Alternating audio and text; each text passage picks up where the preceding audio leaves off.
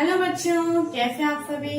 I hope आप लोग बहुत अच्छे होंगे और आपकी पढ़ाई भी अच्छी चल रही होगी, क्योंकि हमने हमारे 2 चैप्टर कंप्लीट कर लिए हैं। सेकंड चैप्टर के क्वेश्चन आंसर की वीडियो बहुत ही जल्दी आपके सामने आने वाली है। और सबसे अच्छी खुशी की बात यह है कि आज हम अपना 3rd चैप्टर स्टार्ट करने जा रहे हैं। और मुझे पूरा विश्वास है कि आपने जो 2 चैप्टर की वीडियो देखी है वो आपको समझ में आए होंगे टॉपिक। अगर आपने नहीं देखा है तो आपसे रिक्वेस्ट करती हूँ कि आप चैप्टर 1 से जाके आप एक पार्ट 1 पार्ट 2 इस तरह से वीडियोस अपलोड की हुई है, वो आप देखिए ताकि आपका कोई भी पार्ट मिस नहीं होगा। ओके बच्चों, और जैसा कि आपको स्कूल के अंदर भी होमवर्क वगैरह मिलता है तो वो भी आपको बिल्कुल टाइम पे करना है। साइंस के अंदर जैसा कि क्वेश्चन आंसर हमें बताते हैं, एक्स्ट्रा क्वेश्चन जो है जैसे कि मैं आपको समझाते हुए बताती हूँ कि इस टाइप से क्वेश्चन बन सकता है, तो वो क्वेश्चन भी आपको अपनी नोट कॉपी के अंदर जो अपनी साइंस की रफ कॉपी है उसके अंदर करना स्टार्ट करना है। और साथ के साथ में आपको एक चैप्टर डेफिनेशंस जो है वो याद करना चालू करना है। ओके बच्चों, तो इसी के साथ हम अपना चैप्टर स्टार्ट करते हैं, चैप्टर नंबर 3rd। ओके, देखिए चैप्टर नंबर 3rd का हमारा क्या नाम है, सेपरेशन ऑफ सब्सटेंस। क्या नाम है बच्चों, separation of substance. Separation of substance को हिंदी में बोलते हैं पदार्थों का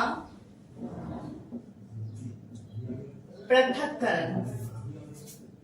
क्या बोलते हैं बच्चों, पदार्थों का पृथक्करण। ओके, पदार्थ इट मीन्स सब्सटेंस का मीन्स होता है पदार्थ और सेपरेशन का मीन्स होता है पृथक्करण। पृथक करना यानी अलग करना। तो इस चैप्टर के अंदर हम बच्चों क्या पढ़ेंगे कि जितने भी सब्सटेंस होते हैं, सब्सटेंस को कैसे हमें सेपरेट करना है वो इस चैप्टर के अंदर हम देखेंगे। हमारा सेकंड चैप्टर क्या था कि जितने भी अराउंड अस हमारे ऑब्जेक्ट्स होते हैं और वो ऑब्जेक्ट जिन मटेरियल से मिलकर बने हैं उन मटेरियल्स की हमने प्रॉपर्टीज देखी थी और उन प्रॉपर्टीज के आधार पे हमने ये देखा था कि किस तरीके के सब्सटेंस इस अर्थ के ऊपर पाए जाते हैं। ओके बच्चों, अब हमारे जो चैप्टर है हम यहाँ पे देख रहे हैं, नाम से जैसा हमें पता चल रहा है कि हमें सब्सटेंस को सेपरेट करना है।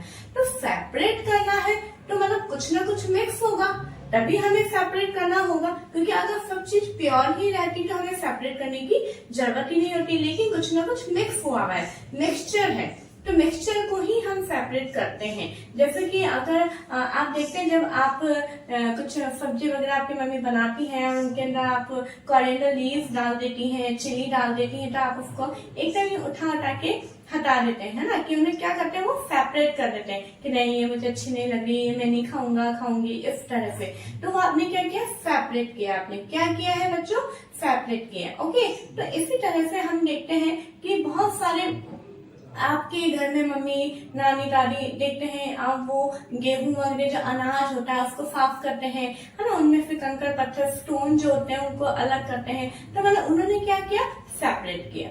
चाय आपने बनती हुई देखी है बच्चों, जैसे चाय हम बनाते हैं, चाय में हम टी लीव, शुगर, जिंजर, बहुत सारी चीजें हम ऐड करते हैं, लेकिन जब पूरा कुक हो जाती है तो उसके बाद में हम उनको फिल्टर करते हैं। चाय की चलनी होती है और जब वो फिल्टर करते हैं, क्यों जरूरी फिल्टर करना, क्योंकि वो सारी चीजें हम नहीं ले सकते हैं, हमें केवल और केवल चाय पीनी होती है। तो उसके अंदर जो भी हमने इंग्रेडिएंट ऐड किया होता है उसको हम फिल्टर कर देते हैं। इसीलिए सेपरेशन सब्सटेंस का बहुत ही जरूरी है। ओके बच्चों, तो अगर मैं आपसे पूछूं व्हाट इज सेपरेशन, सेपरेशन क्या है, तो हम ऐसे नहीं बोलेंगे अलग करना। सेपरेशन का मीन्स होता है, it means to remove one thing from the other, यानी कोई भी बहुत एक मिक्सचर है, किसी एक में से किसी एक चीज को रिमूव करना है, अलग करना ही सेपरेशन कहलाता है। Okay, The main reason for the separation of substance of a mixture are, जो किसी भी मिक्सचर में फिर सब्सटेंस का सेपरेशन करने का मेन रीजन क्या है, क्या कारण है कि हमें सेपरेट करना है। तो फर्स्ट पॉइंट यहाँ पे देखिए बच्चों, टू रिमूव अनडिफरेबल सब्सटेंस। अनडिफरेबल सब्सटेंस यानी अनचाहे, जिन्हें हमें नहीं चाहिए। जैसे अभी मैंने चाय का एग्जांपल दिया, चाय हमें चाहिए, लेकिन चाय के अंदर जो हमने टी लीव्स ऐड किया है, जिंजर ऐड किया, वो सारी चीजें हमें नहीं चाहिए। वो केवल हमने कुक करने के लिए उसके अंदर ऐड किया था, तो हमने क्या किया, उसको फिल्टर कर दिया, है ना, तो वो हमारे लिए क्या अनडिफरेबल है। तो इसी तरह से अनडिफरेबल सब्सटेंस को रिमूव करना, for example removal of stones from pulses in rice before cooking. जैसा कि ये मैंने अभी समझाया था कि आपने आपकी मम्मी नानी दादी को देखा होगा कि वो अनाज साफ करते हैं, तो कुक करने से पहले वो अनाज को, ग्रेन्स को, पल्सेस को, दालों को, इन सबको साफ किया जाता है। उसके अंदर जो भी इम्प्योरिटीज है, चाहे स्टोन हो, चाहे किसी प्रकार के कई बार इंसेक्ट उसके अंदर लग जाते हैं, एलियां वगैरह लग जाती हैं, तो वो उन्हें बिल्कुल सेपरेट करना जरूरी होता है। क्यों जरूरी है? क्योंकि अगर हम उन्हें सेपरेट नहीं करेंगे, हम उन्हें साफ नहीं करेंगे, तो वो हम कुकिंग के साथ में चले जाएंगे और फिर वो हम हमारे खाने के अंदर आ जाएंगे, जो कि हमारे लिए बहुत ही हार्मफुल होते हैं। ओके बच्चों, नेक्स्ट पॉइंट हम देखेंगे, to obtain useful components, example separation of petrol। मतलब क्या है कि यूजफुल कंपोनेंट्स को अलग करना, ठीक है, जो उपयोगी कंपोनेंट्स है उनको हमें अलग करना होता है। जैसे कि separation of petrol and diesel from petroleum, जैसे जमीन में से एक ऑयल निकलता है ना, पेट्रोल और डीजल का नाम तो आपने सुना है, लेकिन कैसे निकलते हैं, हमारे अर्थ के अंदर से एक ऑयल निकलता है, उस ऑयल को जो सेपरेट किया जाता है, उस ऑयल में से पेट्रोल को अलग किया जाता है और डीजल को अलग किया जाता है। अगर ये सेपरेशन नहीं होगा तो पेट्रोल और डीजल हमें नहीं मिल पाएंगे। ओके, तो जो है पेट्रोल और डीजल जो है हमें पेट्रोलियम में से सेपरेट करना होता है, which is a complex mixture of many substance. Petroleum क्या है? एक कॉम्प्लेक्स मिक्सचर है। क्या है? कॉम्प्लेक्स मिक्सचर है, जिसके ना बहुत सारी चीजें मिक्स हुई हुई होती है। आगे हम चैप्टर में हम देखेंगे बाद में पेट्रोलियम के अंदर क्या क्या चीजें निकलती है। अभी हाल ही में आपकी क्या लिखा है, क्या पेट्रोल और डीजल। ओके बच्चों, नेक्स्ट देखिए, यहाँ पे हम बहुत सारे एग्जाम्पल और भी ऐड कर सकते हैं, जैसे कि हम ग्रेन्स फ्रॉम चैफ, है ना, चैफ से हम ग्रेन्स को अलग करते हैं। इस तरह से हम बहुत सारे एग्जाम्पल लिख सकते हैं। अब हमारा नेक्स्ट टॉपिक है बच्चों, मेथड्स ऑफ सेपरेशन। सेपरेशन तो हमें करना है, लेकिन हम किन तरीकों से हम सेपरेट करेंगे, कौन से मेथड्स हमें सेपरेशन के लेने पड़ेंगे। अलग अलग जो अलग अलग सब्सटेंस की प्रॉपर्टी के आधार पे हम मेथड भी अलग अलग लेंगे। ओके बच्चों, अभी देखिए फॉर एग्जांपल, अगर मुझे टी को फिल्टर करना है, चाय बनाई मैंने और चाय को मुझे फिल्टर करना है, ठीक है, चाय कौन से फॉर्म में? लिक्विड फॉर्म में। तो लिक्विड फॉर्म में है, तो अगर मैं उसको फिल्टर करूंगी तो मुझे बिल्कुल छोटे छोटे जो होल्स वाली छलनी को लेना होगा, है ना। अगर मैं बड़े होल्स वाली छलनी को ले लूंगी तो वो क्या होगा, टी लीव्स भी उसके साथ में आ जाएंगी। इस तरह से अलग अलग प्रॉपर्टी के आधार पे अलग अलग मेथड होते हैं। जैसे कि फर्स्ट मेथड है हमारा हैंड पिकिंग। हैंड पिकिंग यानी हाथों से। इन सारे पॉइंट्स को हम डिटेल में स्टडी करेंगे, लेकिन अभी मैं केवल ये पॉइंट्स क्योंकि आपको याद करने हैं, और जैसा कि मैं हमेशा, मेरी एक प्रैक्टिस ये रहती है कि पहले हमें पॉइंट्स लर्न करने, उसके बाद में हम एक एक पॉइंट को डिस्क्राइब करेंगे। तो पॉइंट्स यहाँ पे हमारे, how many methods of separation, 6 methods of separation are there. What that is hand picking. First is hand picking, यानी हाथों से पिक करना। जैसे कि मैंने बताया है, आपकी नानी दादी मम्मी जब अनाज साफ करती हैं तो आपने देखा उन्हें पहले छानती है, फिर उसके बाद में वो एक एक हाथ से स्टोन को ऐसे सेपरेट करती है, तो वो हाथ से उठाना। जैसे आपको जो चीज अच्छी नहीं लगती है, आपके फूड आइटम, आप उन्हें हैंड से उठाते हैं, पिक करते हैं, तो ये प्रोसेस क्या हो गया हमारा, हैंड पिकिंग। ओके, सेकंड हमारा थ्रेशिंग, विनोइंग एंड सीविंग। ये सारी चीजें जो है वो हम अलग आराम से डिटेल में पढ़ेंगे। थ्रेशिंग क्या होता है, जिसमें चेफ से जो ग्रेन्स को अलग किया जाता है थ्रेशर की मदद से, उसे हम थ्रेशिंग बोलते हैं। विनोइंग क्या होता है, जिसके अंदर जो ग्रेन्स के साथ में जो हस्क आ जाता है उसको विंड के द्वारा रिमूव किया जाता है, उसको हम विनोइंग बोलते हैं। सीविंग जिसे छानना बोलते हैं। सेडिमेंटेशन, डिकेंटेशन एंड फिल्ट्रेशन, जैसे कि आपने एक वाटर लिया, उसमें सैंड आपने दिया डाला, और जब आप उसको मिक्स करके हिला के रख देते हैं तो थोड़ी देर बाद वो नीचे आके बैठ जाता है, फिर हम उसको फिल्टर करते हैं। इन सारे प्रोसेस को हम सेडिमेंटेशन, डिकैंटेशन और फिल्ट्रेशन हम बोलते हैं, ठीक है। उसके बाद में आता है हमारा इवेपोरेशन, यानी वेपर के बनने के द्वारा भी हम सेपरेशन करते हैं। ओके, अब आप जैसे कि हैंड पिकिंग है, थ्रेशिंग है, विनोइंग है, ये जो है वो सॉलिड में से ही सॉलिड को सब्सटेंस को सेपरेट करने के मेथड्स होते हैं। सीविंग जो है ये लिक्विड के अंदर इनसॉल्युबल जो सब्सटेंस होते हैं, जैसे कि चाय में टेलीज इनसॉल्युबल थी, सॉल्युबल नहीं थी, ठीक है, उसको रिमूव करने के काम में आते हैं ये दोनों। और इवेपोरेशन प्रोसेस जो है वो लिक्विड के अंदर जो सब्सटेंस सॉल्युबल फॉर्म में, फॉर एग्जाम्पल वाटर के अंदर सॉल्ट, ठीक है, वो सॉल्युबल रहता है, उसमें से हमें वाटर और सॉल्ट को अलग करना है, तो प्रोसेस को हमें क्या हम कौन सा मेथड अपनाते हैं, इवेपोरेशन। ओके बच्चों, टॉपिक है हमारा hand picking. Okay, hand picking के नाम से समझ में आ रहा है आपको, हैंड यानी हाथ के द्वारा पिक करना, हाथ के द्वारा उठाना। इस मेथड के अंदर क्या होता है बच्चों, in this method the undivisible solid substance like stones is separated from useful substance by hand। इस मेथड के अंदर जो अनडिविजिबल सब्सटेंस है, जैसे कि अनचाहे, अनवांटेड, जिन्हें हमें नहीं चाहिए, है ना, और कैसे कुछ चीजों पे आपको अंडरलाइन करना होगा, कौन सी सब्सटेंस, सॉलिड। ये जो मेथड है वो सॉलिड सब्सटेंस को ही सेपरेट करने में काम में आता है, लिक्विड सब्सटेंस को सेपरेट करने में ये मेथड काम में नहीं आता है। तो जो अनडिफरेबल है, जिन्हें हमें नहीं चाहिए, और जो सॉलिड सब्सटेंस है जैसे कि स्टोन्स, जो छोटे छोटे स्टोन्स होते हैं, है ना, उन्हें सेपरेट किया जाता है किसके अंदर से, यूजफुल सब्सटेंस, है ना, यानी जो हमारे उपयोगी पदार्थ हैं, उपयोगी ग्रेन्स हैं, उनमें से जो अनडिफरेबल है, यानी जो हमें बिल्कुल नहीं चाहिए, हमारे काम में नहीं है, वो यूजलेस है, उन सब्सटेंस को बाय हैंड के द्वारा सेपरेट किया जाता है। तो इस मेथड को हम क्या बोलते हैं, हैंड पिकिंग मेथड बोलते हैं बच्चों। क्या बोलते हैं, हैंड पिकिंग मेथड। ओके, अब देखिए हमारा सेकंड पॉइंट इसके अंदर मैंने लिखा है, this method is applicable only when the indivisible solid is differ from the useful components in the shape, size और कलर। ये जो मेथड है वो तभी एप्लीकेबल होता है कि जब अनडिफरेबल सॉलिड जो मटेरियल है वो जो यूजफुल कंपोनेंट्स है उनसे कुछ अलग होंगे। किस पोजीशन में अलग होंगे, उनकी शेप अलग होगी, उनका साइज अलग होगा और उनका कलर भी अलग हो सकता है। आप देखते हैं, जैसे हम, आपने कभी देखा है आपके घर में दादी मम्मी वगैरह जब अनाज को साफ कर रही होती है ना, बहुत कॉमन मेथड है ये, जो हमारे घर पे भी हम अप्लाई करते हैं।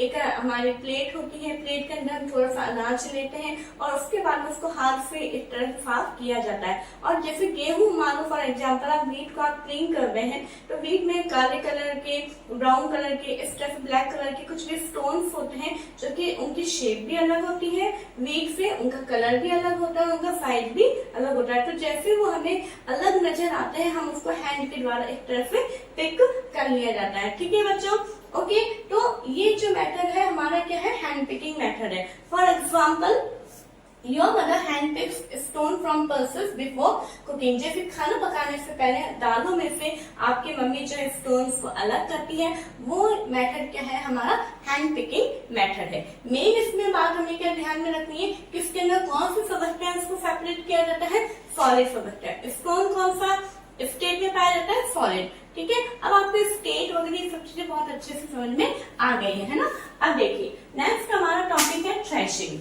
ओके, थ्रेशिंग मेथड है। थ्रेशिंग क्या होता है, it is the process of separating grains from the stock bye beating the stocks. ठीक है, इस प्रोसेस के अंदर जो ग्रेन्स हैं उन्हें किससे सेपरेट किया जाता है, बताइए, स्टॉक से। किससे सेपरेट किया जाता है, स्टॉक से। और किसके द्वारा, उनको बीटिंग किया जाए करके, मतलब उनके ऊपर चोट करके उनको उससे स्टॉक से क्या अलग किया जाता है, ग्रेन्स को अलग किया जाता है। अब देखिए, जैसे मैंगो ट्री है, एप्पल ट्री है, अगर मैं आपको बोलूं कि मैंगो ट्री है, एप्पल ट्री पे से आपको मैंगो को पिक करना है, मैंगो को अलग करना है, तो आप आराम से उस मैंगो ट्री पे जाएंगे और एक एक मैंगो का आप तोड़ के अलग कर लेंगे। लेकिन आप है ना बहुत बड़ा खेत है, बहुत बड़ी फील्ड है, क्रॉप्स है, और उसके अंदर से स्टॉक्स होते हैं, जैसे कि इस तरह से स्टॉक क्या होता है, जैसे मैंने यहाँ पे लिखा भी है, one of the long thin parts of a plant, यानी प्लांट का एक बहुत ही छोटा पतला और लंबा एक पार्ट होता है जिसके ऊपर फ्लावर्स होते हैं,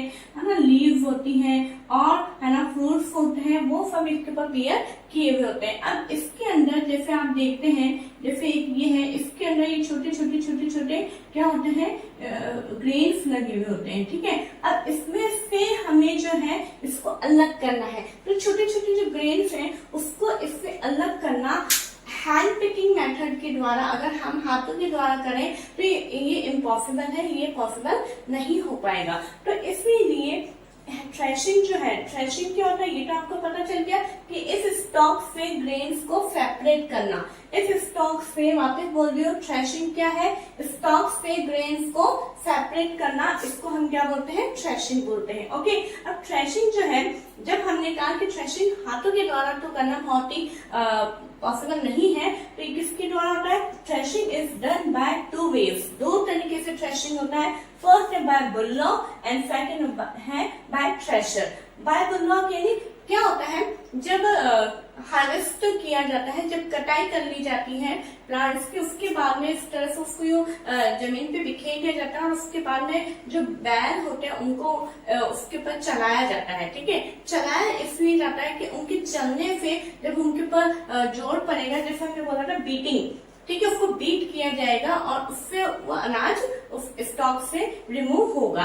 लेकिन ये जो प्रोसेस है आज भी कई जगह फॉलो होता है, लेकिन ये प्रोसेस बहुत ही ट्रेडिशनल मेथड है और इसके अंदर टाइम और लेबर बहुत ही ज्यादा लगता है। तो मॉडर्न मेथड हमारा थ्रेशिंग क्या है, बाय थ्रेशर। ओके, थ्रेशर क्या है, एक मशीन है जिसे हम कंबाइन भी बोलते हैं। इस थ्रेशर के द्वारा जो है थ्रेशिंग होती है, उस मशीन के अंदर स्टॉक्स को डाला जाता है और जो है उसके अंदर से वो ग्रेन्स उसके अंदर से बाहर रिमूव हो जाता है, ठीक है। ये प्रोसेस है हमारा थ्रेशिंग। आई होप आपको समझ में आ रहा होगा।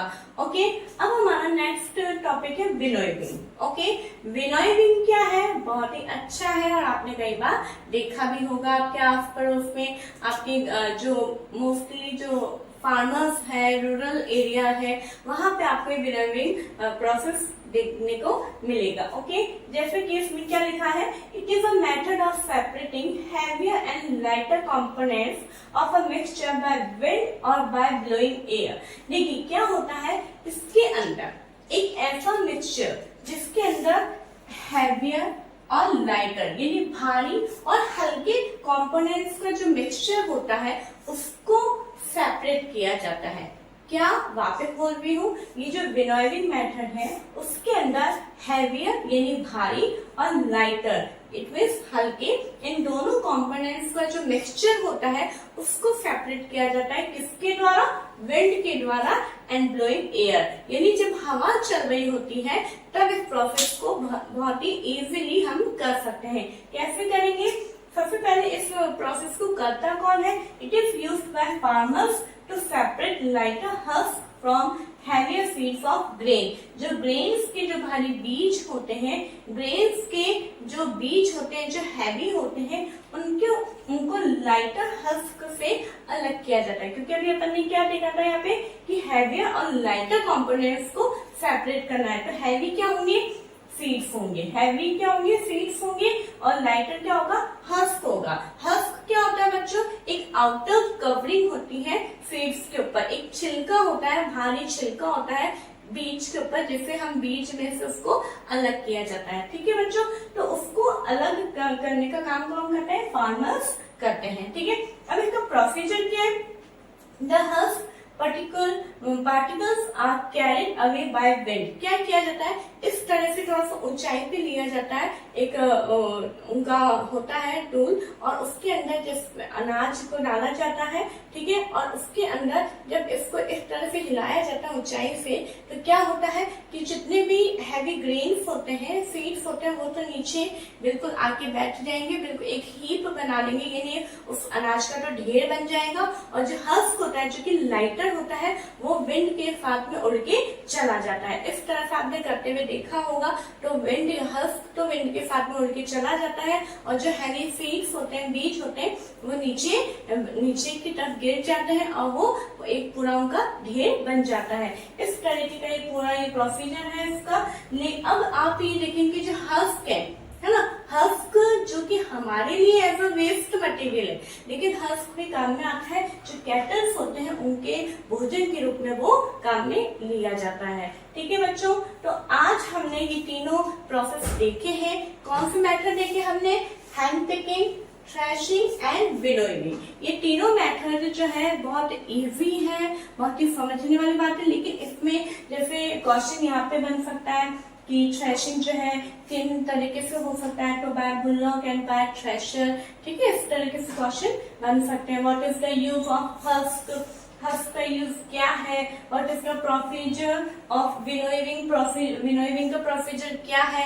What is winnowing, what is threshing, what is hand picking. Okay, इस तरीके से टॉपिक्स में से क्वेश्चन बनते हैं। ठीक है, तो आपको विद एग्जाम्पल, जैसे मैंने एग्जाम्पल भी लिखा है, ये एग्जाम्पल भी आपको लर्न करना है। ओके बच्चों, तो मैंने बहुत ही इजी लैंग्वेज में जो आपकी बुक की लैंग्वेज है, ठीक है, उसको इस तरीके से पॉइंट बना के मैंने इस तरह से लिखा है ताकि आपको याद करने में आसानी हो। तो मैं चाहूंगी कि आप इसका स्क्रीनशॉट लें, है ना। बहुत ही कॉमन टॉपिक है, आपने अपने घर में बहुत बार देखा है इस मेथड को। ओके, सीविंग यानी जैसे कि छानना। आप देखते हैं जैसे कि हमारे घर के अंदर अनाज आता है ना, राशन आता है, ताकि मम्मी आपकी दादी जो है उन गेहूं को, दालों को बनाने से पहले क्या करती है, उनको छानती है। क्यों छानती है? क्योंकि है ना, छानने से जितने भी उनके अंदर इम्प्योरिटीज है वो उस यूजफुल मटेरियल में से बाहर अलग हो जाए। ठीक है ना। तो यहाँ पे देखिए, सबसे पहले this method is used to separate a component of a mixture which different in size। सबसे पहले ये मेथड उसमें काम में आता है जब कि जो कि कंपोनेंट्स है मिक्सचर के वो अलग अलग साइज के हो, है ना। अगर एक ही साइज के होंगे तो हम सीविंग नहीं कर पाएंगे। तो हमें कंपोनेंट्स जो है यानी जो मिक्सचर के जो तत्व हैं वो अलग अलग साइज के होंगे, तभी सीविंग मेथड हो पाएगा। पहली बात। दूसरी बात क्या है? The sieving removes pieces of stones, stalk and husk that may still remain with wheat after threshing and winnowing. जैसा अगर हम व्हीट का एग्जांपल लें तो थ्रेशिंग और विनोइंग के बाद, है ना, हमने क्या किया था? थ्रेशिंग किया, विनोइंग किया। तो थ्रेशिंग और विनोइंग के बाद में जो भी गेहूं के अंदर, है ना, स्टोन के पीसेस, स्टॉक या फिर हस्क जो उसके अंदर रह जाता है, उसको रिमूव करने के लिए सीविंग प्रोसेस अपनाना पड़ता है। ओके बच्चों, नेक्स्ट क्या है? Sieve used at construction site to separate pebbles and stone from sand। आपने देखा होगा कि कंस्ट्रक्शन साइट के ऊपर एक बड़ी सी जाली होती है ना। जाली पे एक डंडे के सहारे टिकाया जाता है और उसके ऊपर मिट्टी को डाला जाता है। मिट्टी को जो उससे छाना जाता है ताकि सैंड के अंदर जितने भी पेबल्स हैं, जितने भी स्टोन्स हैं, वो उस मिट्टी पे से अलग हो जाए, है ना। कंकड़ पत्थर तो बिल्कुल इधर ही रहते हैं और जो मिट्टी है ना छन के वो दूसरी तरफ नीचे गिरती जाती है। फिर उस मिट्टी को जो है कंस्ट्रक्शन के लिए जो भी बनाना है उसमें काम में लिया जाता है। ठीक है बच्चों, तो ये सीविंग का जो मेथड है बहुत ही छोटा सा है, बहुत ही कॉमन है। इसमें आप कोई बहुत बड़ी बात नहीं, लेकिन मेन बात क्या है कि जो ये मेथड है वो हम कब यूज में ले सकते हैं वो आपको पता होना चाहिए। ठीक है, और ये सीविंग जो है वो क्या काम में आती है, क्या यूजफुल है, वो हमें पता होना चाहिए। ओके बच्चों, नेक्स्ट अब हमारा टॉपिक आता है sedimentation, decantation and filtration. Okay, तीनों टर्म एक साथ लिखी है, सेडिमेंटेशन, डिकैंटेशन एंड फिल्ट्रेशन। अब ये सेडिमेंटेशन क्या है? देखिए, कई बार क्या होता है, हमने ये सीविंग भी हो गया, बहुत कुछ हो गया, है ना। उसके बाद में जो हमारे अभी तक तो हमारे सॉल्युबल सब्सटेंस की ही बात हो रही थी, लेकिन यहाँ पे अभी जो सेडिमेंटेशन और ये डिकैंटेशन वाले जो प्रोसेस है बच्चों, वो उन मिक्सचर की बात हो रही है जैसे कि लिक्विड के अंदर कोई सॉलिड मिक्स है। यहाँ पे जो जितने भी अभी तक हमने पढ़ा था, चाहे हमने विनोइंग पढ़ा, चाहे हमने थ्रेशिंग पढ़ा, चाहे हमने हैंड पिकिंग पढ़ा, चाहे हमने सीविंग पढ़ा, ये सारे जो मेथड है वो सॉलिड मटेरियल जो है वो मतलब सॉलिड मिक्सचर को ही सेपरेट करने के मेथड थे। लेकिन ये वाला जो मेथड है बच्चों, ये मेथड हमारे क्या है, लिक्विड के अंदर इनसॉल्युबल सॉलिड जो मिक्स हुए हुए रहते हैं उनको सेपरेट करने के काम में आता है। वापस बोलूंगी, ध्यान से सुनिए। अभी तक हमने जितने भी मेथड पढ़े हैं वो सॉलिड इनटू सॉलिड मिक्सचर के थे, यानी मिक्सचर क्या है, पूरा सॉलिड है। लेकिन ये वाले जो मेथड है वो लिक्विड के अंदर सॉलिड को जब हम डिसॉल्व करते हैं उसके बाद में वो सॉलिड इनसॉल्युबल फॉर्म में रहता है, यानी पूरी तरीके से डिसॉल्व नहीं होता है, उसको हमें सेपरेट करना है, तो हम ये मेथड अपनाते हैं। ओके, अब देखिए सेडिमेंटेशन क्या होता है। When the heavier components in a mixture settle after water is added to it, the process is called sedimentation। देखिए जैसे कि क्या हुआ, ये आपको दिखाई दे रहा है, दो बीकर आपको दिखाई दे रहे हैं यहाँ पे, है ना। बीकर के अंदर मैंने वाटर लिया, क्या लिखा है, जब वाटर हम इसके अंदर ऐड करते हैं, तो जब मैंने वाटर इसके अंदर लिया और वाटर ऐड करने के बाद में मैंने कुछ इसमें सैंड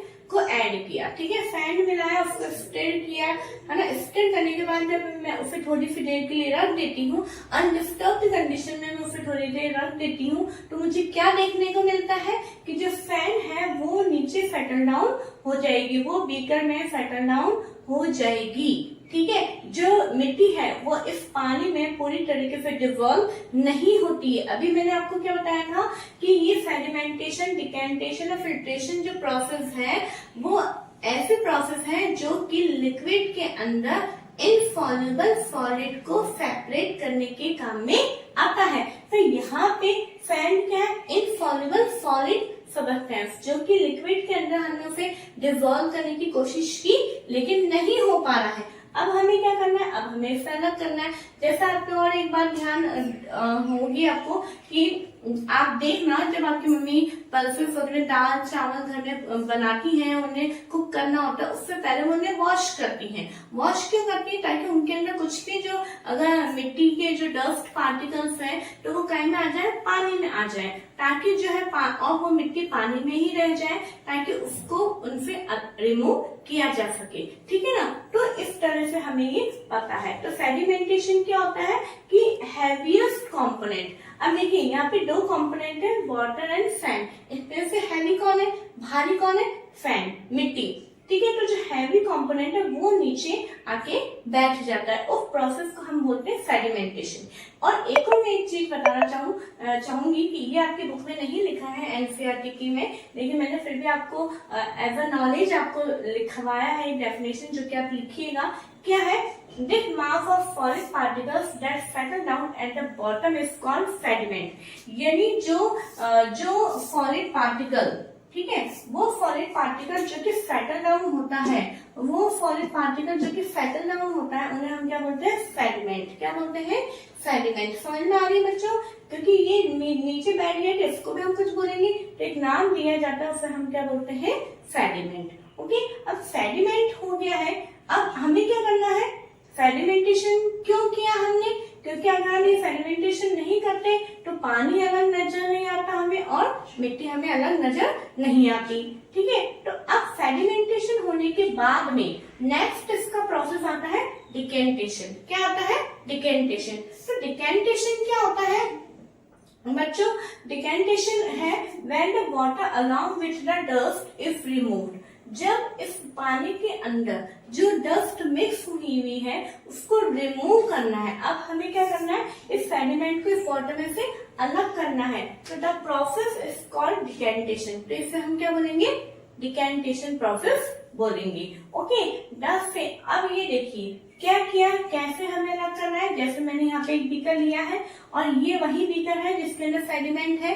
अब मैं एक बीकर लिया, दूसरे बीकर को बिल्कुल धीरे धीरे इस तरह से पानी को मैं यूं करूंगी, आप ही घर पे भी करके देखिएगा, ठीक है। जब मैं इस तरह से धीरे धीरे इस पानी को ऐड करूंगी, इस तरह से यूं गिराऊंगी, तो क्या होगा कि जो सेडिमेंट है वो तो बिल्कुल यही रह जाएगा और जो पानी है, जो ऊपर ये जो पानी था, वाटर था, वो दूसरे बीकर में शिफ्ट हो जाएगा। तो इस प्रोसेस को हम क्या बोलते हैं, डिकेंटेशन बोलते हैं। क्या बोलते हैं बच्चों, डिकेंटेशन। अब डिकेंटेशन जो प्रोसेस है वो एक और है बात यहाँ पे कि जिसके लिए भी लागू होता है वो देखिए, द सेम प्रिंसिपल। यहाँ पे प्रिंसिपल का मतलब प्रधानाचार्य जी नहीं, सिद्धांत की बात है, ठीक है। कई बच्चे कुछ गलत समझ लेते हैं। तो ये जो सेम सिद्धांत है वो कहाँ पे यूज होता है? For separating a mixture of two liquid that do not mix with each other. ये सिद्धांत जो है उन दो लिक्विड को सेपरेट करने में भी मदद करता है जो कि वो दोनों लिक्विड आपस में मिक्स नहीं होते हैं। For example oil and water. आप देखते हैं ऑयल एंड वाटर आपस में मिक्स नहीं होता है, तो उन्हें हमें क्या करना है? सेपरेट करना है। सेपरेट करना है तो हम कौन से मेथड अपनाएंगे? डिकेंटेशन मेथड अपनाएंगे। ओके, नेक्स्ट हमारा आता है फिल्ट्रेशन।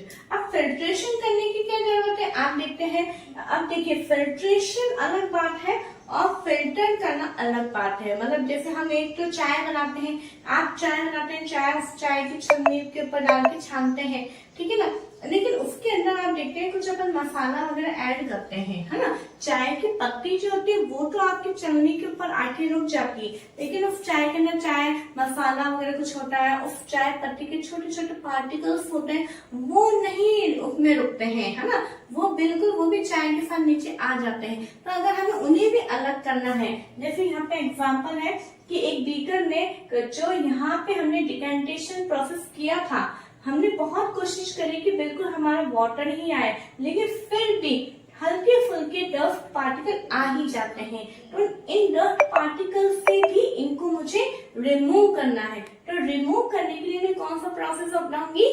फिल्ट्रेशन। ओके, तो पहले इसको पढ़ लेते हैं क्या है। It is the process of separating insoluble solid substance present in a liquid using a filter paper. यानी क्या है कि जो लिक्विड के अंदर सॉलिड सब्सटेंस जो कि इनसॉल्युबल है, उन्हें हमें फिल्टर पेपर की मदद से जब हम उन्हें रिमूव करते हैं तो उन्हें हम क्या बोलते हैं? फिल्ट्रेशन। देखिए यहाँ पे फिल्टर पेपर की मदद से, हाँ, तो अब वो फिल्टर पेपर की मदद से कैसे होता है? एक बीकर लेंगे हम, बीकर के अंदर आपने एक आपको फनल दिख रहा है, फनल यानी आप देखते कीप टाइप में होता है, जिसमें से हमें किसी बॉटल के अंदर लिक्विड अपने को फिल करना होता है, तो अपन एक को कीप लगाते हैं, उसके अंदर से डालते हैं, है ना। तो साइंस के अंदर इस कीप को इंग्लिश में क्या बोलते हैं? साइंस की लैंग्वेज में फनल बोलते हैं। क्या बोलते हैं? फनल। और इसके अंदर है ना एक फिल्टर पेपर लगाया गया है। क्या लगाया गया है? Filter paper. फिल्टर पेपर एक पेपर टाइप में होता है जिसके अंदर आप ऐसे इस तरह से बहुत सारे चेक्स बने हुए होते हैं, मतलब होल्स होते हैं छोटे छोटे। समझ में आ रही बात? होल्स होते हैं जो कि एक तरह से छानने का काम करता है फिल्टर पेपर। ओके, तो फिल्टर पेपर को इस कीप की शेप का यूं राउंड कर लेते हैं, जैसे ये हुआ, फिर इस तरह से इसको बना लिया जाता है, इसके अंदर लगाया जाता है। फिर जब ये वाटर को जब हम इसके अंदर डालेंगे तो जितना भी इसके अंदर डस्ट पार्टिकल है वो इस फिल्टर पेपर के ऊपर ही रह जाएगा और बिल्कुल प्योर वाटर जो है नीचे निकल के आ जाएगा। तो अब आप यहाँ पे एक और मैंने दो चीजें टर्म लिखी है जो कि आपके एनसीईआरटी के बुक में तो नहीं है, लेकिन आपको एज अ नॉलेज के लिए मैंने लिखा है कि जो फिल्टर पेपर के ऊपर जो ये चीजें रह जाएंगी उनको तो हम बोलते हैं रेजिड्यू। क्या बोलते हैं बच्चों? रेजिड्यू बोलते हैं। और जो नीचे बिल्कुल हमारे पास में प्योरेस्ट फॉर्म में आया है इसको हम क्या बोलते हैं? फिल्ट्रेट फॉर्म बोलते हैं। क्या बोलते हैं? फिल्ट्रेट। तो यहाँ पे क्या समझ में आ रहा है कि रेजिड्यू तो हमारा फिल्टर पेपर के ऊपर आता है और फिल्ट्रेट हमारा नीचे बीकर में आ जाता है। तो बच्चों आपको ये नजर आ रहा है कि सबसे पहले हमें क्या करना होता है? सेडिमेंटेशन। फिर उसके बाद में हमें डिकेंटेशन। डिकेंटेशन सेडिमेंटेशन से पहले नहीं होगा, ठीक है? समझ आ रही बात? क्योंकि अगर जब तक ये सेटल डाउन ही नहीं होंगी सैंड, है ना, इम्प्योरिटी सेटल डाउन ही नहीं होगा तो डिकेंटेशन कैसे होगा? ओके, और फिर उसके बाद में हम ये फिल्ट्रेशन प्रोसेस करते हैं। ओके, तो आई होप आपको ये तीनों मेथड अच्छे से समझ में आए होंगे। कुछ एक्स्ट्रा टर्म्स जैसे फॉर एग्जांपल सेडिमेंट है, रेजिड्यू है, फिल्ट्रेट है, ये मैंने आपको एक्स्ट्रा बताए हैं। एक्स्ट्रा कुछ चीज जानने में हमारा नुकसान नहीं होता है बच्चों, फायदा ही होता है, इसलिए मैंने आपको बताया है। इवेपोरेशन। इवेपोरेशन को हिंदी में क्या बोलते हैं बच्चों? इवेपोरेशन को हिंदी में बोलते हैं वाष्पीकरण। लिख लीजिए आप यहाँ पे, वाष्पीकरण। ओके, यानी इसके अंदर क्या बनती है? इसके अंदर वाष्प बनती है। अब देखिए, we use the process of evaporation to separate a mixture of water and salt. इस प्रोसेस को हमने वाटर एंड सॉल्ट का जो मिक्सचर था, यानी पानी के अंदर नमक को जब हम डिवॉल्व कर लेते हैं और उस मिक्सचर को अगर हमें सेपरेट करना है, वाटर और सॉल्ट को हमें अलग अलग करना है, तो हम कौन से प्रोसेस को काम में लेते हैं? इवेपोरेशन को। अगर आपसे पूछ लिया जाए what process we use water and salt, है ना, कौन से प्रोसेस को हम यूज में लेंगे इन्हें सेपरेट करने के लिए, तो आपका आंसर क्या होगा? इवेपोरेशन। ओके बच्चों, अब इवेपोरेशन प्रोसेस क्या होता है उसकी थोड़ी सी हम डेफिनेशन देख लें। The process of conversion of water into its vapour is called evaporation. यानी वो प्रोसेस जिसके अंदर वाटर काई में कन्वर्ट होता है, वेपर में कन्वर्ट होता है, उसको हम क्या बोलते हैं? इवेपोरेशन बोलते हैं। देखिए वर्ड्स पे आप देखिए, वाटर काई में कन्वर्ट हो रहा है, वेपर में, तो वेपर का बनना ही क्या कहलाता है? इवेपोरेशन कहलाता है। क्या कहलाता है बच्चों? इवेपोरेशन कहलाता है। अभी जो इवेपोरेशन का जो प्रोसेस है, एक बहुत ही मोस्ट इम्पोर्टेंट वर्ड है जिसके अंदर हमारी हेल्प करता है, वो है हमारा कॉमन सॉल्ट को हमें प्राप्त करना। आप जो खाने में नमक डालते हैं उसे हम क्या बोलते हैं? Common salt. क्या बोलते हैं? Common salt. और वो साधारण नमक हमें कहाँ से मिलता है? एक बहुत क्या कहते हैं, खारे पानी के आपने देखा है हमारे राजस्थान में एक सांभर जगह है जहाँ पे एक सांभर झील पाई जाती है, वो एक पूरे खारे पानी की झील है, ठीक है। तो उस खारे पानी के वो खारा क्यों है? क्योंकि उसके अंदर उस पानी में बहुत ज्यादा नमक मिला हुआ है, जिस कारण वो पानी खारा है, ठीक है। उस पानी से नमक को बनाया जाता है। अब पानी से नमक कैसे बनाया जाता है? तो वो देखिए sea water contains many salt mixed in it, है ना। इस पानी के अंदर बहुत सारे सॉल्ट प्रेजेंट होते हैं, है ना। तो इस क्या किया जाता है? इस पानी को इस तरह से अलग अलग बना दिया जाता है, पेट्स बना दिया जाता है, उसके अंदर इस पानी को रखा जाता है, और जो सूर्य की गर्मी, सन की जो हीट है ना, वो सनलाइट इसके ऊपर कंटिन्यू आ रही है, ठीक है, कंटिन्यूसली आ रही है। तो ये पानी जब सन की हीट को पाके गर्म हो जाता है, हीट हो जाता है, और हीट होने के बाद में काई में बदलने लग जाता है। ये हीट होने के बाद में वेपर बन के ऊपर उड़ जाता है। पानी तो जो वेपर बन के ऊपर उड़ जाता है, और यहाँ हमें क्या नजर आता है? यहाँ हमें बहुत सारे एक स्टोन्स लाइक मतलब नमक के बहुत सारे तरह से हमें पत्थर हमें यहाँ पे नीचे नजर आते हैं। क्यों? क्योंकि पानी तो इवेपोरेट हो गया, नीचे के बचा है नमक। ओके, फिर इसके बाद में क्या होता है? इसके अंदर बहुत सारी इम्प्योरिटीज होती है, बहुत सारी अशुद्धियां होती है इसके अंदर, है ना। बहुत सारे पानी के अंदर क्योंकि धूल मिट्टी मिक्स हुई भी होगी, बहुत सारी और भी चीजें जो नहीं मिक्स होनी चाहिए वो भी होंगी, तो वो इस तरह से इसके अंदर पाई जाती है। अब यहाँ पे फिर इनको फैक्ट्री के अंदर ले जाया जाता है, फैक्ट्री के अंदर इसको पूरी तरीके से प्योर किया जाता है, शुद्ध किया जाता है, इनमें फिर जितनी भी गंदगी है उसको साफ किया जाता है, और उसके बाद में फिर ये पैकेट्स के अंदर बना के बिल्कुल पाउडर फॉर्म में इसको करके हमारे पास मार्केट में पहुंचता है, ठीक है बच्चों। तो इस तरह से कॉमन सॉल्ट को प्राप्त करने का सबसे अच्छा मेथड क्या है? हमारा इवेपोरेशन। ओके, अब हमारा नेक्स्ट टॉपिक देखिए, use of more than one method of separation. यानी कई बार क्या होता है, कुछ मिक्सचर्स ऐसे होते हैं जिनके अंदर एक ही सेपरेशन के मेथड से उन्हें सेपरेट नहीं किया जा सकता है, तो उन्हें सेपरेट करने के लिए हमें क्या करना होता है? एक से ज्यादा मेथड फॉलो करने होते हैं। जैसे कि हमने किया मिक्सचर लिया है, ठीक है, mixture of sand and salt, यानी मिट्टी और नमक, इन दोनों का हमने मिक्सचर लिया है। अब हमें उसमें मिट्टी को अलग करना है, सॉल्ट का अलग करना है। आप इमेजिन करके देखिए, आप ये चीज घर में करके देख सकते हैं। आपने मिट्टी और नमक को एक साथ मिला लिया, अब आप उन्हें अलग करो, कर सकते हो? No, it is not possible, ये संभव नहीं है। तो अब आपको क्या करना पड़ेगा कि जो ये सैंड और सॉल्ट है, इसको पहले हमें पानी के अंदर इसको मिक्स करना होगा। क्या के अंदर? पानी के अंदर मिक्स करना होगा।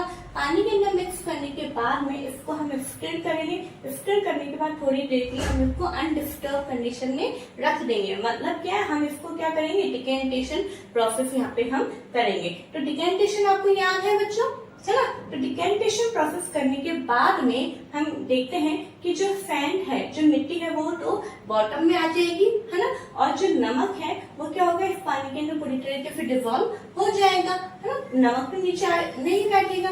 फिर उसके बाद में हमें क्या करना है? अब जो नीचे वो रेसिड्यू आ गया है ना, रेसिड्यू वर्ड याद है आपको? तो जो रेसिड्यू जो नीचे है यहाँ पे, तो रेसिड्यू यानी जो नीचे यहाँ पे बॉटम आके है बैठा है ये मिट्टी, तो उसको हम किस प्रोसेस से अलग कर सकते हैं? फिल्ट्रेशन प्रोसेस के द्वारा। ये भी आपको याद होगा, फिल्ट्रेशन प्रोसेस के द्वारा फिल्ट्रेट हमारे यहाँ नीचे आ जाएगा, रेसिड्यू ऊपर रह जाएगा, यानी मिट्टी तो पानी से बिल्कुल अलग हो गई है। लेकिन अब क्या कंडीशन है कि ये जो वाटर आया है हमारे पास में, इस वाटर के अंदर वाटर प्लस सॉल्ट, ये दोनों चीजें मिक्स है। सॉल्ट अलग नहीं हुआ है, नमक इसके अंदर से भी अलग नहीं हुआ है। तो वाटर में से अब हमें क्या करना है, सॉल्ट को अलग करना है। तो अब यहाँ पे भी हमने देखा था इवेपोरेशन, वाटर में से सॉल्ट को अलग करने का केवल एक ही मेथड है, वो है हमारा इवेपोरेशन। अब इवेपोरेशन करने के लिए हम क्या करेंगे कि हम एक केटल लेंगे, केटल के अंदर हम इस सॉल्यूशन को, जो हमारे यहाँ पे फिल्ट्रेशन के बाद हमारे पास में है, उस सॉल्यूशन को हम यहाँ पे लेंगे और हम उसे क्या करेंगे, गर्म करेंगे। गर्म करने पे हम देखते हैं कि जो ये यहाँ से जो इसका खुला है पोर्शन माउथ, यहाँ पे यहाँ से ये वेपर बनके निकलना चालू होती है। अब ये वेपर जो हमें पता है वाटर की वेपर है, हमें वाटर को भी कलेक्ट करना है, इसको यूं जाने नहीं देना है ना।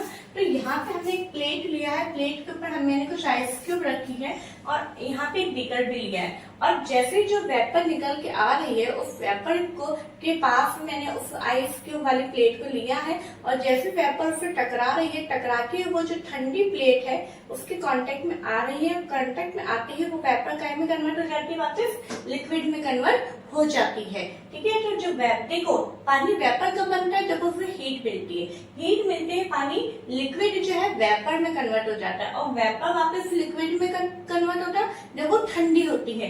तो इस तरह से यहाँ पे पानी हमारे यहाँ पे फिल जमा हो जाता है और यहाँ पे जब हम बाद में देखते हैं कि पूरा पानी जब इसमें से निकल जाता है तो इस केटल में हम देखते हैं क्या बचता है, सॉल्ट बचता है। इस तरीके से हमने यहाँ पे देखा कि decantation, filtration, evaporation and condensation, in 4 process के द्वारा जो है हमने सॉल्ट और सैंड को अलग किया है। अब यहाँ पे देखिए, जो वेपर ठंडी होकर लिक्विड में बदलती है उस प्रोसेस को हम क्या बोलते हैं, कंडेंसेशन। इसकी डेफिनेशन भी लिखी है मैंने, the process of conversion of water vapour into its liquid form is called condensation. Okay बच्चों, तो ये इतना टॉपिक आपको आई होप समझ में आया होगा। उसके आगे का टॉपिक अभी हम और देखेंगे। मैंने जितनी भी पूरी थ्योरी थी उस थ्योरी को थ्योरी ना लिख के एक तरह से डायग्राम बनाया है, तो मैं आपसे यही कहना चाहूंगी कि आप भी इसको इस तरीके से डायग्राम बनाइए ताकि और अपनी कॉपी में लिखिए ताकि आपको ये सारा प्रोसेस समझ में आ जाएगा। ओके, आगे का हम टॉपिक देखते हैं। इससे पहले आप इसका स्क्रीनशॉट ले लीजिए।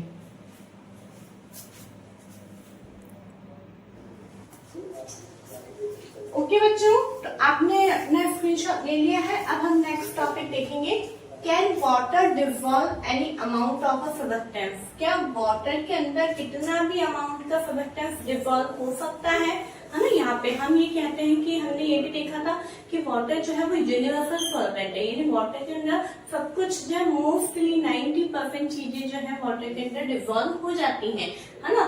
हमने सॉलिड भी देखा, लिक्विड भी देखा और गैस भी देखे हैं, है ना। लेकिन क्या ये बात कर रहे हैं अभी अमाउंट की, क्या की बात कर रहा है, अमाउंट, यानी कितना भी अमाउंट क्या इसके अंदर डिवॉल्व हो जाएगा। तो उसको समझने के लिए हम यहाँ पे एक एक्टिविटी करते हैं, जैसे कि मैंने आपको पहले भी मैंने करवाया है कि जो इतनी लंबी चौड़ी आपकी बुक में थ्योरी दी हुई, उस थ्योरी को मैंने डायग्राम से बना के आपको समझाने की पहले भी कोशिश करी है बीएससी में और अभी भी मैंने आपके सामने डायग्राम ही बनाया। देखिए क्या करा है, हमने एक बीकर लिया है, बीकर में हमने हाफ इसको वाटर से फिल किया है, ठीक है। उसके अंदर मैंने 1 टीस्पून TSP यानी 1 टीस्पून मैंने क्या ऐड किया है, सॉल्ट ऐड किया है, ठीक है। अब आप देखिए 1 टीस्पून जब हम इसके अंदर सॉल्ट ऐड करेंगे तो क्या होगा, डिसॉल्व हो जाएगा, है ना। सॉल्ट जो है डिसअपियर हो जाएगा, हमें दिखाई नहीं देगा। लेकिन उसके बाद में हम कुछ देर बाद हम इसमें 2 से 3 टीस्पून हम सॉल्ट जो है जब ऐड करते हैं इसके अंदर, तो क्या होता है, जो सॉल्ट है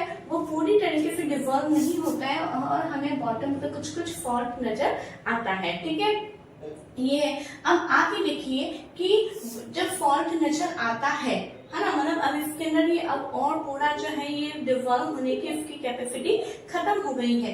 तो ऐसे सॉल्यूशन को हम क्या बोलते हैं बच्चों, सैचुरेटेड सॉल्यूशन। क्या बोलते हैं, सैचुरेटेड सॉल्यूशन। इसका डेफिनेशन लिखा है, a solution is one in which no more of that substance can be dissolve. यानी कि ऐसा सॉल्यूशन जिसके अंदर और ज्यादा मतलब सब्सटेंस डिसॉल्व होने की कैपेसिटी नहीं है, वो और ज्यादा उसको डिसॉल्व नहीं कर सकता, तो उसको अपन क्या बोलते हैं, सैचुरेटेड सॉल्यूशन बोलते हैं, ठीक है। तो अब ये सैचुरेटेड सॉल्यूशन है हमारे पास में जिसके अंदर सॉल्ट डिसॉल्व नहीं हुआ है। आप देखिए सॉल्ट तो डिसॉल्व होता है वाटर में, लेकिन अमाउंट की बात आ रही है यहाँ पे, 1 टीस्पून सॉल्ट तो इसमें डिजोल्व हो गया था, लेकिन 2 से 3 टीस्पून जब और हमने ऐड किया तो वो कुछ सॉल्ट इसके अंदर डिजोल्व नहीं हुआ, तो वो अब हमें जो है उसको डिजोल्व करना है। आप देखते हैं कई बार कि हम दूध लेते हैं क्या उसके अंदर शुगर ऐड करते हैं और कई बार वो पूरी तरह से डिजोल्व नहीं होती तो अपन उसको गर्म करते हैं। तो यहाँ पे अगर हमें इसे पूरी तरह से डिजोल्व करना है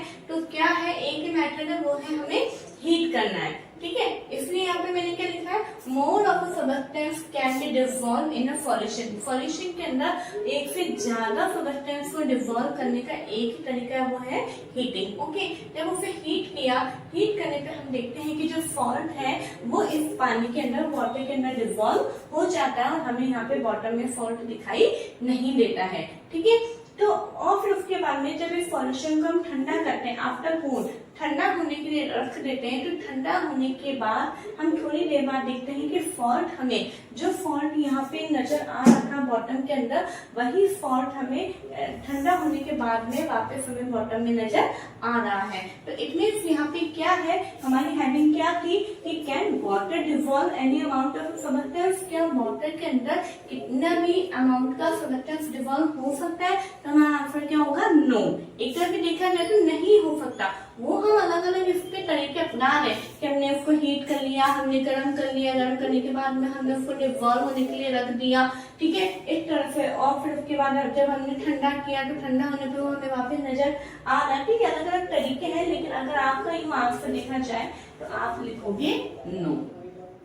ओके, ठीक है, तो आपको ये समझ में आया होगा बच्चों कि ये पूरी थ्योरी, जो इतना बड़ा आपको पूरा एक्सपेरिमेंट था, एक्टिविटी था, वो सारी चीजें मैंने इस तरह से लिख के समझाया है। देखिए बच्चों, मेरी प्लीज आपसे एक हम्बल रिक्वेस्ट है कि अगर ये जो मैंने बनाया है, अगर आप इसे कॉपी में बना लेंगे ना, तो इतनी ढेर सारी थ्योरी को आपको बार बार पढ़ने की जरूरत नहीं पड़ेगी। उस थ्योरी का पूरा निचोड़, पूरा एक तरह से समरी मैंने डायग्राम फॉर्मेशन में बनाया है, और आप प्लीज इसे कॉपी में जरूर बना के रखिए, क्योंकि आपके पास में इतना टाइम नहीं होगा कि आप एग्जाम टाइम में आप वीडियो ऑन करें, उन्हें सुनिए, इतना टाइम नहीं होता है। उस समय हमारा रिवीजन का टाइम होता है। ठीक है बच्चों, और जो जो मेन डेफिनेशंस है वो मैं आपको अलग से यहाँ पे लिख के दे ही दी हूँ, तो ये भी आपको अपनी कॉपी के अंदर नोट डाउन करना है। ओके, तो इसी के साथ बच्चों आज का अपना टॉपिक यहाँ पे खत्म होता है। अपना इस टॉपिक के साथ अपना चैप्टर भी खत्म होता है, और इस चैप्टर के अंदर कोई पॉइंट आपको ऐसा लगा हो जो हमें नहीं समझ में आया है, वापस समझाइए, तो प्लीज आप कमेंट बॉक्स में आप लिख सकते हैं। आराम से लिखेंगे तो मुझे ज्यादा अच्छा लगेगा कि आपको कहाँ प्रॉब्लम आ रही है।